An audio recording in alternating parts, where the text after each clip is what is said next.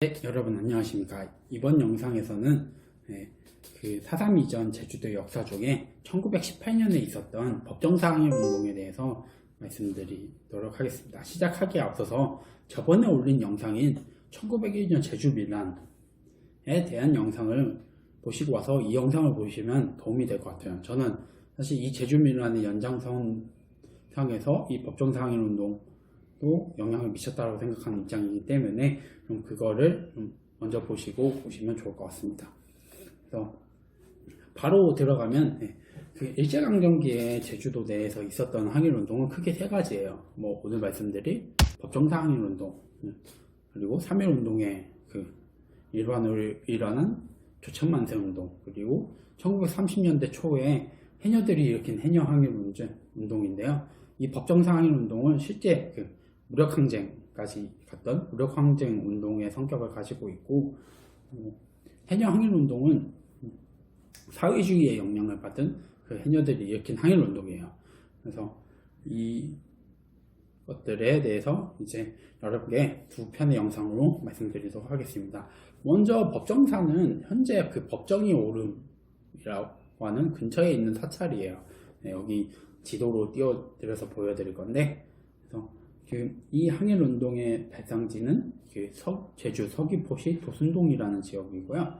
여기서 김연일, 방동화, 정구용 이런 사람들을 중심으로 해서 불교 신도들과 민간인 등 약 400명이 무장해서 2일 동안 조직적으로 일본의 항관운동이라고 위키백과인 정리가 되어 있습니다.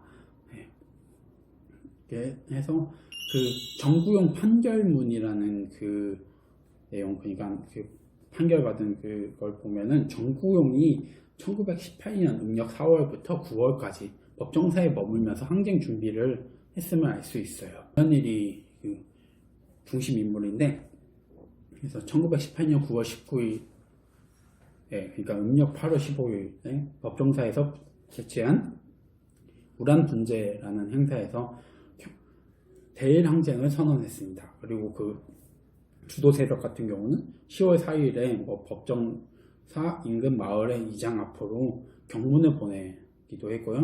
거사 2일인 그 10월 7일 새벽 4시에 그 법정사 인근 하원리에 집결을 해서 서귀포 지역 일제기관을 습격하자고 제안을 했죠.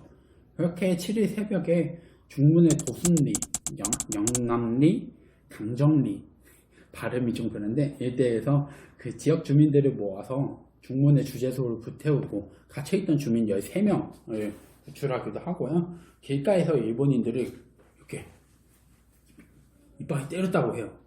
이빨이라는 표현 죄송합니다. 엄청 때렸다고 해요. 이렇게 하고 하지만 여기서 항쟁의 소식을 들은 일제경찰들의 그런 강력한 진압과 반격으로 이 항쟁은 단기간 만에 끝나게 됐습니다.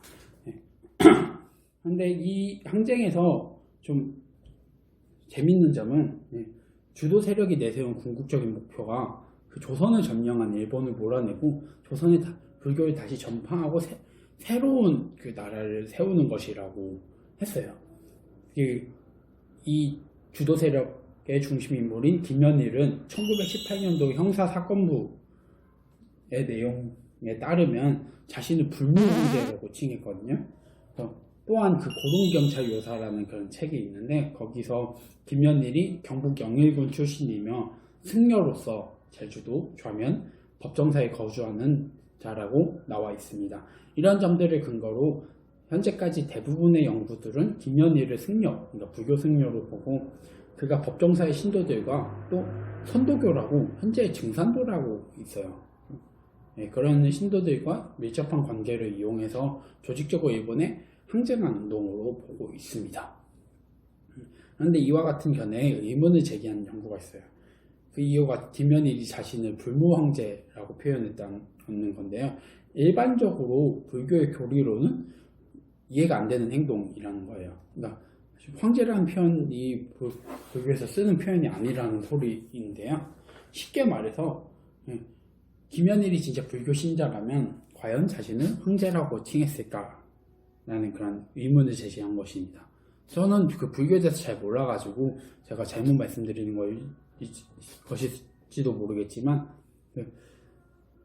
불교에서는 보통 고된 수련을 통해서 큰 깨달음을 얻고 어느 경지에 도달하면 그 사람이 곧 석가모니가 될 수 있다라는 그 점을 좀 강조하는 걸로 알고 있어요.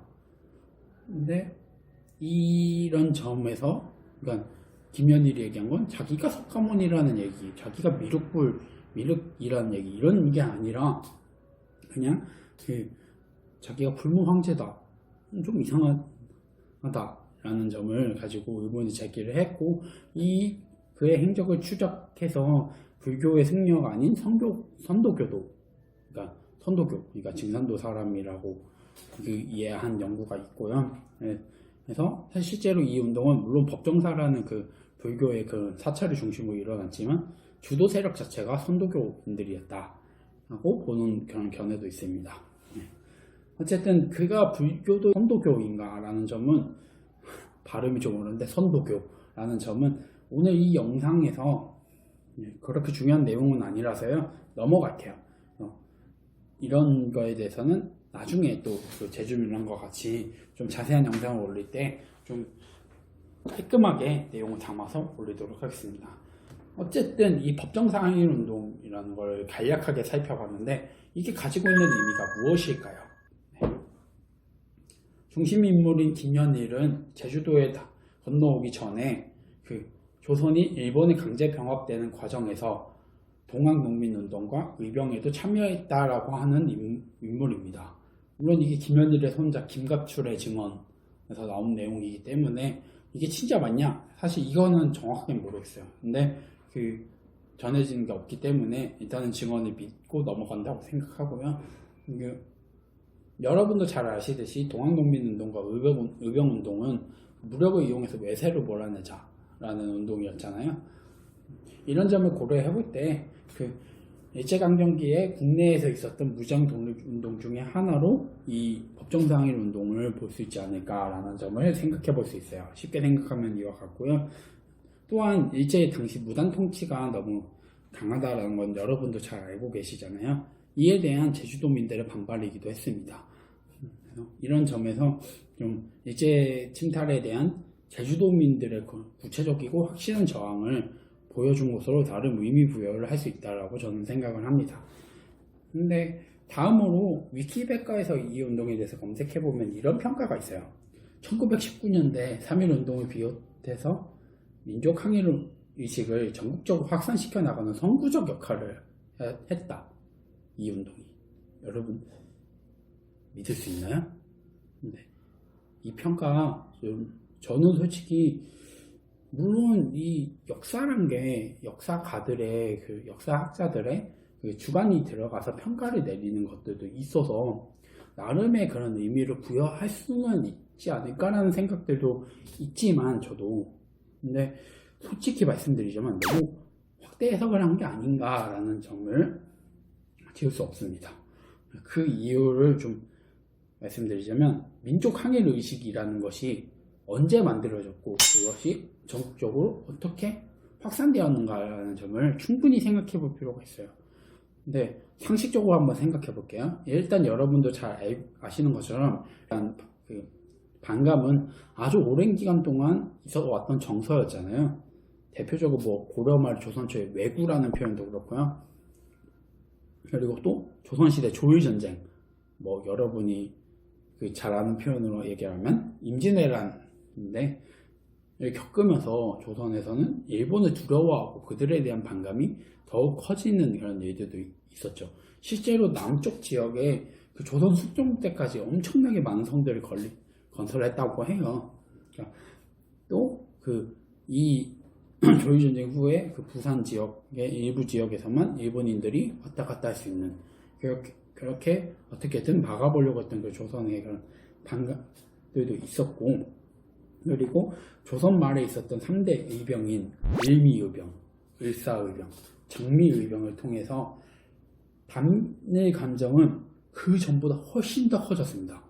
되게 상식적으로 생각해보면 그렇잖아요. 일미의병 같은 경우는 민비 명성황후를 그 시해한 사건과 이 단발령 때문에 처음에 일어난 사건이었고, 뭐 을사의병, 정미의병 같은 경우는 을사의병은 외교권 박탈이 본격적인 거였고 정미의병은 군대 해산과 고종의 강제 퇴위, 전국적으로 이 의병들이 확산되었었잖아요. 이게 이 법정사항일운동보다 이전 시기에 있었어요. 그냥 이런 점을 좀 생각해 봤을 때 과연 이 법정사항일운동이 선구적인 역할을 했다라고 볼 수 있을까요? 저는 솔직히 좀 의문이에요. 그래서 물론 제주도 내에서 일제에 저항한 독립운동이라는 것 자체만으로도 큰 의미를 가지고 있지만 그렇다고 이 운동이 3.1운동을 넘어서 향후 독립운동까지 영향을 줬다라고 보기에는 좀 어려울 것 같습니다.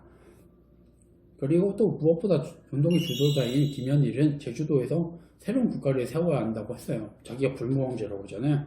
그러니까 이런 점으로 놓고 봤을 때 사실 이 운동을 제주도에서 시작을 해가지고 한반도 전체로 가려고 하는 게 아니라 그냥 지역적인 항일 무장투쟁의 성격을 가지고 있었다라고 보는 게 좀 더 합당하지 않을까 생각합니다. 이번 영상은 이 정도만 다뤄도 충분할 것 같아요. 다음 영상은 드디어 빠르게 넘어갔는데 1930년대 초 해녀들이 일으켰던 해녀 항일 운동에 대해서 살펴볼 건데 이거는 사회주의랑도 연결되어 있기 때문에 1920년대 제주도에 사회주의가 어떻게 들어왔는지에 대해서도 간략히 설명하면서 다뤄보도록 하겠습니다. 내용이 마음에 드셨다면 구독과 좋아요 한 번씩만 눌러주시면 감사하겠습니다.